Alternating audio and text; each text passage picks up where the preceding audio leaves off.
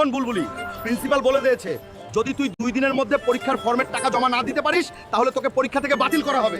Sir আপনি তো জানেন আমার বাবা নেই। স্যার আমার খুব বড় স্বপ্ন আইপিএস হওয়ার। প্লিজ স্যার আমাকে পরীক্ষার আগে ক্লাস করতে দিন, আমি টাকা দিয়ে দিব।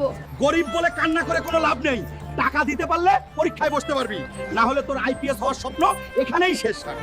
আজকে টাকা নেই বলে আমি পরীক্ষায় বসতে পারলাম না, কিন্তু মনে রাখিস একদিন এই বুলবুলি নিজের ফ্রি কলেজ খুলবে, সব গরিবদের ফ্রিতে আইপিএস পড়াবে, ওয়াদা রইলো। শোনো গ্রামবাসী, বাংলাদেশের রপ্তানি করা লেবুর 2টা কার্গো শিপ মাছ সমুদ্রে ছিনতাইকারীর কবলে পড়েছে। যে এই কার্গো শিপ আনতে পারবে তাকে দেওয়া হবে 20 কোটি টাকা।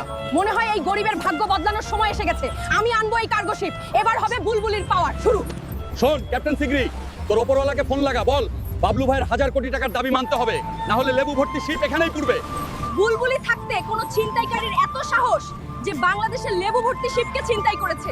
জিরা বুলবুলি আসছে। কি রে তোদের কত বড় বুকের পাটা যে বুলবুলি থাকতে বাংলাদেশি শিপকে ছিনতাই করছস?